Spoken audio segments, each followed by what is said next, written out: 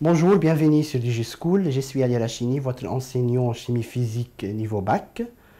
Et aujourd'hui, on va parler des différents cas de l'effet Doppler dans le cas des ondes sonores.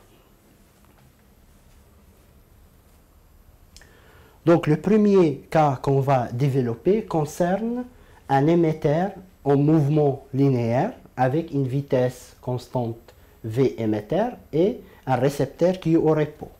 Donc, pour schématiser un petit peu le cas, donc vous avez un émetteur et vous avez un récepteur. Dans ces cas, l'émetteur se déplace, donc il peut s'approcher ou s'éloigner. L'émetteur, il est au repos. La relation entre la fréquence reçue par le récepteur par rapport à la fréquence émise par l'émetteur est schématisée ici. Donc vous avez la fréquence reçue égale tout simplement la fréquence émise divisée par 1 plus ou moins VE, ça veut dire la vitesse de l'onde émise par rapport à la célérité ou la vitesse du son. Donc ça c'est la célérité ou vitesse du son.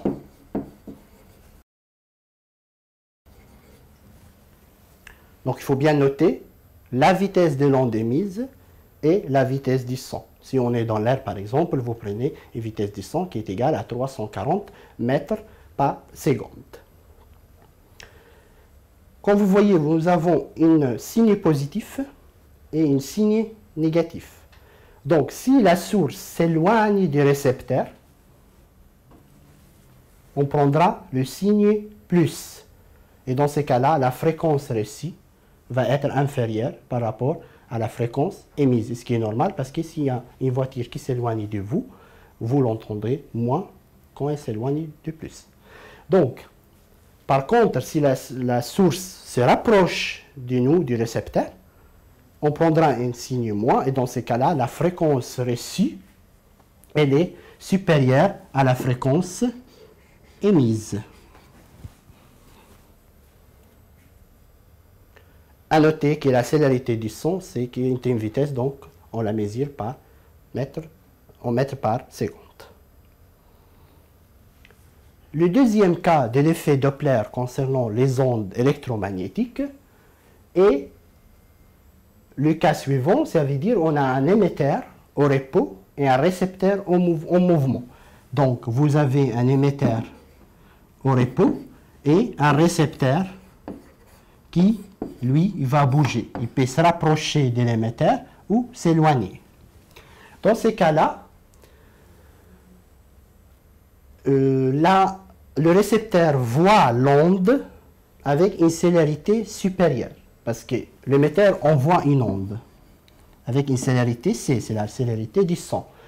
Mais comme lui, il va se rapprocher ou s'éloigner, donc l'onde ou la célérité reçue par le récepteur est différente de celle émise par l'émetteur. Cette différence se résume par l'équation suivante. Donc la nouvelle célérité, ce sera la célérité principale de l'émetteur, plus ou moins la vitesse de déplacement du récepteur. Donc si on se rapproche, on va ajouter la vitesse, donc ce sera plus, et si on s'éloigne, on va enlever ou déduire la vitesse. Parce qu'ici on s'éloigne, la célérité de l'onde nous paraît plus faible que celle émise par l'émetteur. Dans ces cas-là, la fréquence reçue est égale à 1 plus ou moins VR sur C, la fréquence émise. Donc si le récepteur se rapproche de l'émetteur, dans ces cas-là, on aura une signe plus. Et si le récepteur s'éloigne de l'émetteur, on aura un signe moins. Dans le cas du rapprochement entre les deux, la fréquence reçue va être supérieure à la fréquence émise, parce qu'on s'approche de l'objet qui émet une fréquence, donc on va l'entendre mieux, avec une fréquence beaucoup plus importante.